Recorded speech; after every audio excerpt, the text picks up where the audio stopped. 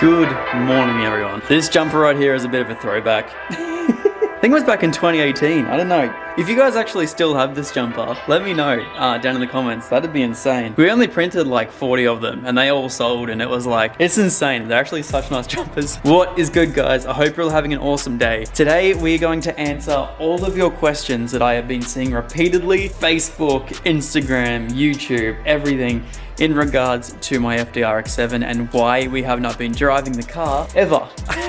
So you guys, I know it sounds stupid, me doing a whole YouTube channel and having a hero car right here, but yet not ever driving the thing. And to be honest, when I drive this car, I really want to enjoy it. This is my once in a lifetime, I'm going to own this thing dream car. And to be honest, whenever I drive it, it's not really entertaining to try and film because I'm always stressed out when I'm trying to film on the road and stuff like that. And this car, I really just want to enjoy. So until it is perfect, until every issue is sorted with the car, I really don't want to be taking you guys for a drive because to be honest, it's never really worked 100%. And I'll tell you guys why in today's video. Today is an extremely special day. I don't know if you guys can see the box just over there, but we have a brand new part for the RX-7, which is going to completely change the way that this thing drives and sounds and handles and just reacts as a car in itself. This is going to be the single most insane part that I have ever put on any of my cars. But first of all, I want to go along and to the RX-7 that I've seen on Instagram, Facebook, YouTube, everywhere on the internet.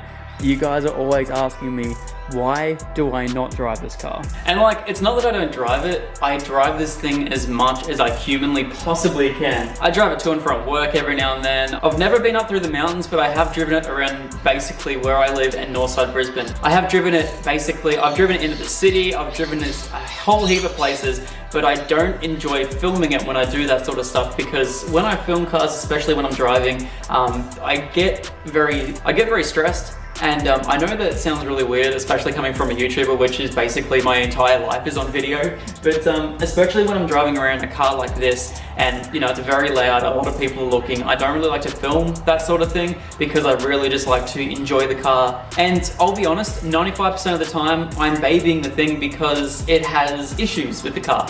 I bought the car for $50,000 and although that seems like a lot of money, I knew that it had some mechanical faults with the car that I would have to sort out. Like the Skyline in general, have kind of like, I don't know, it's created like a domino effect. Like as soon as you replace this, all of a sudden a new issue arises and then you have to replace that thing and then a new issue arises and replace that thing. It's kind of like the Skyline where that sort of thing has happened to the FD. And I know this might come as a surprise to a lot of you guys. Physically being able to afford the car, I'm more than capable of being able to just chuck parts at this thing and be completely okay with it. But one thing about this car that I really wanted to do is I really wanted to wait out and hold off for the parts that I really want. You know, you could just go out and, you know, spend $10,000 doing a full single turbo kit and then chuck the Borg Warner kit on it and, you know, the whole bolt-on turbo kit or something along those lines. But it's not the direction that I wanted to go with the car. You know, I wanted to buy my dream wheels that I've always wanted, these T37 Sagas. They're 18 by 10s in the rear, 18 by 1.5 in the front.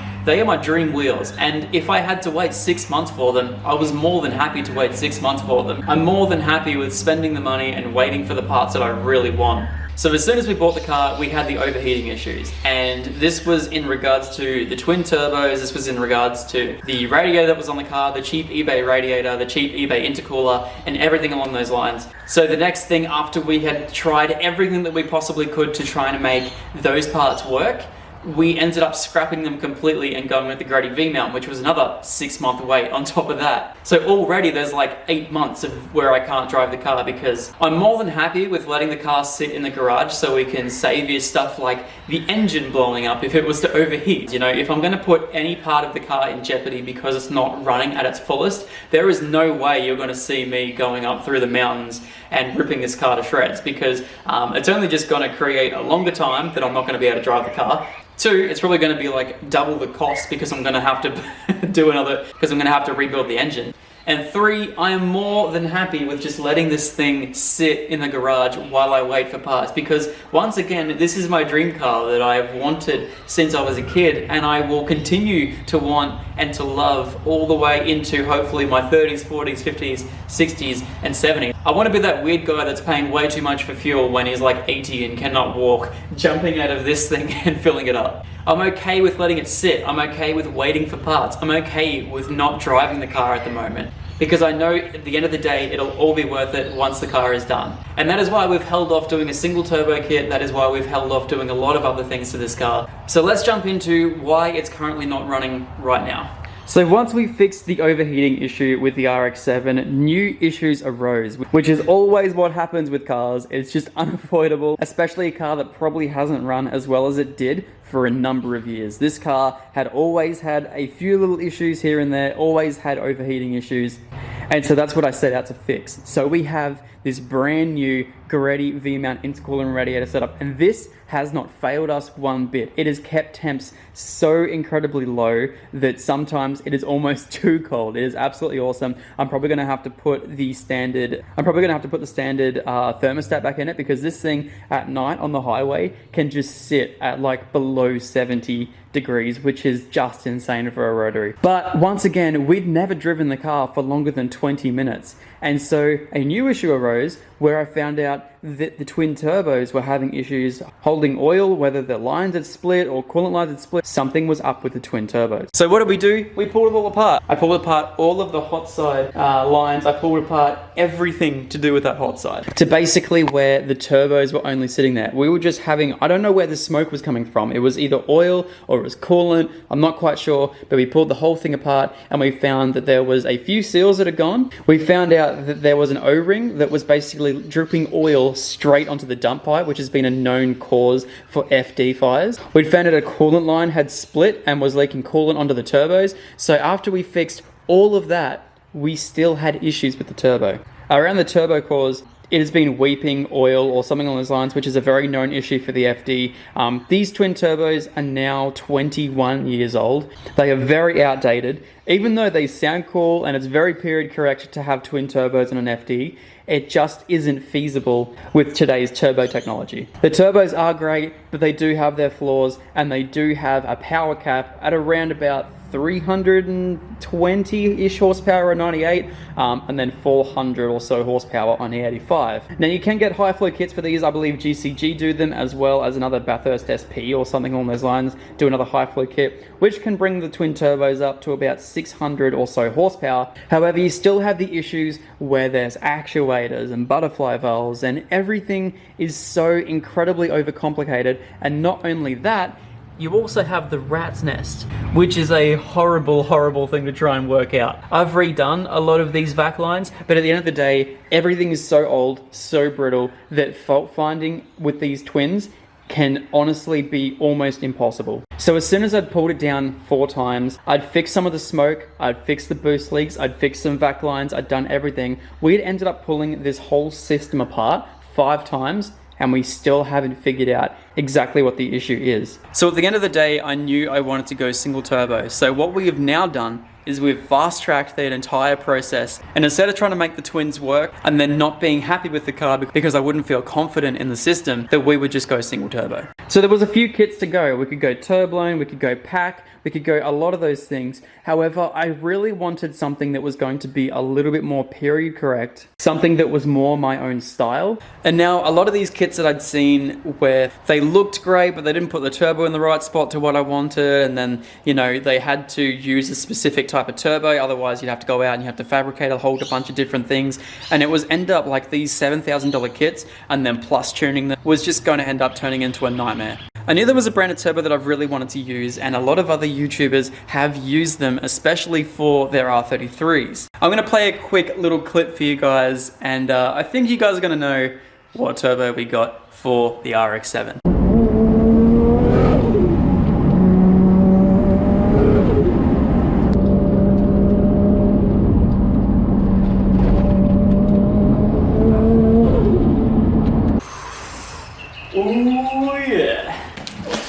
So guys, what we have right here is a custom built Hypergear turbo. Now, Hypergear is a turbo manufacturing business down in Melbourne. Now, Hypergear, I have actually ridden with a few cars that have had Hypergear turbos. They are incredibly responsive. They are so customizable. And Teo, who is the owner, has absolutely insane customer service. He has helped me out through the entire process getting this turbo together. And not only that, he's agreed to be the second ever sponsor of the RX7 build, which is absolutely amazing. If you guys remember Angry Panda Factory with the carbon fiber side skirts, which is something that I've wanted on the car for such a long time, he's also going to be sending me out a few other little carbon fiber bits whenever he creates them. He's doing such an amazing job creating some custom carbon fiber parts. And it's down to the point where, you know, if I hadn't actually had a chance to chat to Teo, I would most likely still be talking to him in the future about a turbo for this car anyway, because I really wanted to have a few things added to the turbo to make this thing sound more period correct while still having the modern day technology of the turbo. Teo custom builds and machines and does a lot of stuff for a lot of turbo brands, whether it's Borg Warner, Garrett, or anything along those lines. Plus, he also makes his own turbochargers. So, today I'm going to show you what is probably the most beautiful part that is going to be going on this FD RX7. Say hello to the ATR 45 SS2.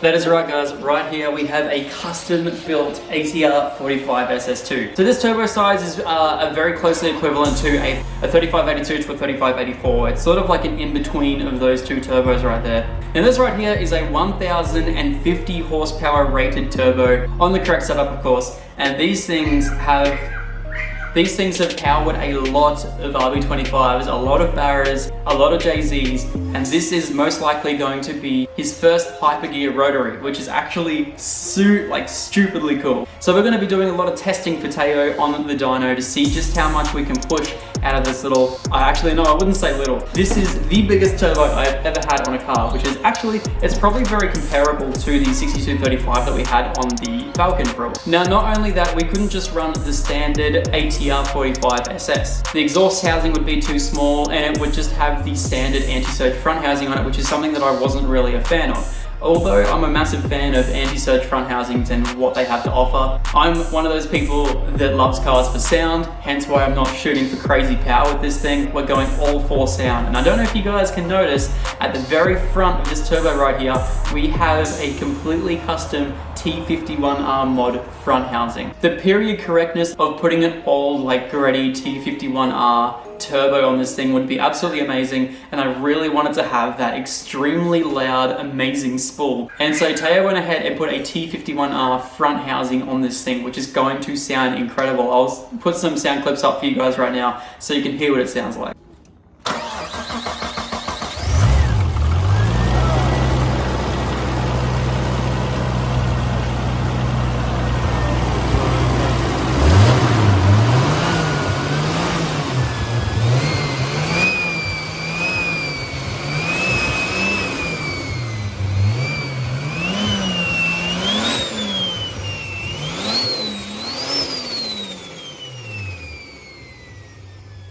The T51R front housing is going to make this car come alive. It is going to sound so incredible, and unlike a lot of regular anti-surge front housings, this will still have a decent dose to it. Although it won't be as crazy as, not having an anti-surge front housing at all on the turbo, it'll still have a nice dose, a nice flutter. But I think I'm also going to be putting on a blow-off valve for this car just so that way I can have the option of changing around the sounds of the car, especially like what we did with the Falcon. I think I'm also going to be doing the same thing to this car, where we're going to have an external versus internal little plumbed in section, and then also I think we're going to be doing the same thing with a blow-off valve versus a blank off plate for the intercooler piping, so that way we can run a blow-off valve if we want to, or we just want to have the full flooded VL experience. These cars actually don't create crazy flutters. They don't really need much boost to make a lot of power. They just need big turbos. And so yeah, I'm hoping that it's going to sound the way that I want. I've heard a lot of videos about different FDs that I've wanted it to make it sound like, and I've been trying to base those setups onto this setup right here. Now, not only that, the standard rear housings for the ATR 45 is, I believe, a 0.6 AR. Now, that's just not going to cut it for a rotary and all the fumes that comes out of this thing. This is only a 1.3 litre, but it produces so many exhaust gases, it's not funny. And so we didn't have crazy EGTs from rising back pressure or anything along those lines. We had to put a custom rear housing on this thing. So this right here is a 1.06 AR rear housing with a T3 flange. This exhaust housing is actually larger than the compressor housing, which is absolutely insane. It is the largest exhaust housing that I've ever seen on a car that's only supposed to make about 400 horsepower. It is going to be absolutely incredible. This is the turbo that I've been wanting to run on this car for months. And so having Teo help me out, custom build me a huge turbo for this car. And then, I don't know, I don't really know how to explain it. This is going to be one of the coolest setup cars and then one of the most custom setup cars I've ever had. And I'm so giddy. I just want it to happen like right now. Also, another thing I didn't explain to you guys is we also got this upgraded. So we have CHRA dual ball bearings in this turbo. Oh my god, just the whole polished compressor wheel and everything. I don't want to hide this. I just want to put a big bell mouth on it and just send it, but I know that I really should have a filter on it. Dan from Elite Exhaust and Fabrication is a bloke that I have been using for all of my cars, basically through the standard FG to the FG Turbo and then to the R33. I am extremely happy to announce that he is going to be making the entire custom setup for the RX-7. Now that we have the turbo, we know the sizes, we know everything that's going to go around that turbo. Dan is going to custom make a manifold, a dump, intercooler piping, and also a stainless intake for this RX-7, which is going to be absolutely insane. As well as a little cheeky screamer somewhere down there. Dan produces some absolutely incredible work, and he's also a bloke that's worked on basically every single one of my cars ever since I've been into cars. I've seen his work. He always helps me out, and so to have him work on my dream car is certainly going to be one of those things where it's just like, I'm just gobsmacked at like how this is, once again, this is something that's way too nice for me to own. So we are booked in, to give you guys a little bit of a timeline, we are booked in to have a fabricated manifold, fabricated dump, fabricated screamer, fabricated external wastegate and screamer, and then also fabricated intake and fabricated intercooler piping. All of that is booked in for the week of the 19th of September at Elite Exhaust and Fabrication. He's always booked out for a few months, and I wanted to make sure that the turbo was 100% all good and was able to be all sorted. I think the whole build of the turbo was around about 4 weeks or so, and so I didn't want to rock up to Dan and not have a turbo. So in a month's time, we are going to be having the entire hot side custom fabricated with all the braided lines and everything else done, so we can basically drive it straight out to go get it tuned. Now, along with that, we also have a big tile blower valve. My boss actually gave me this. If you guys know or do remember Brett from Empire Tint and Vinyl, this was his blower valve that he had on a 800 horsepower ute. So we're going to be mounting this somewhere in the car so we can potentially bleed off all of that boost. And the best thing about it is it actually has a V-band flange. So what we can actually do with that is we can create like a V-band block off as well. So we could have like, I don't know, we could have, this is a huge blower valve for such a small engine bay. Even something along the lines of, you know, maybe changing around the fuse box and mounting it down here or something like that. And that way we can also have it so we can just take it off and have a V-band block off there as well. So that way, so we can either run this or we don't. So whatever sounds better. So to make the rest of the kit run, what other parts do we need? Well, first of all, we need the external gate. So with this car, we're going to be going with a 50mm Turbo Smart external gate, which is going to be pairing nicely to the ATR 45 SS2. And so I think we're also going to be working out, I think I just want to run it external, but I think I might do the plumb back in thingy thing that we did last time as well. For my ideal power level, I'm also going to have to do some injectors and a new fuel rail. We already have an FPR 800 that's just sitting up here at the moment, and that'll be fine for the 400 horsepower that we're going for.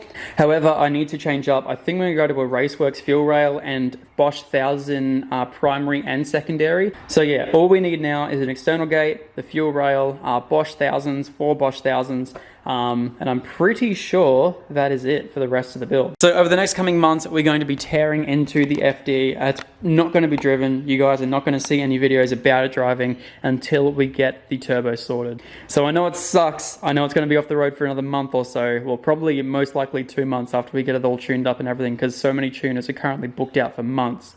And I want to make sure that the turbo and the intercooler piping and everything along those lines is all sorted, and all the vac lines are all sorted before we go in to get it tuned. I don't mind having this thing off the road, and I don't mind spending time making sure it's all 100% good to go before we do anything, but that is the way that it's going to go at the moment. I am incredibly excited. Incredibly excited. I cannot wait. My dream turbo setup in the Dream FD.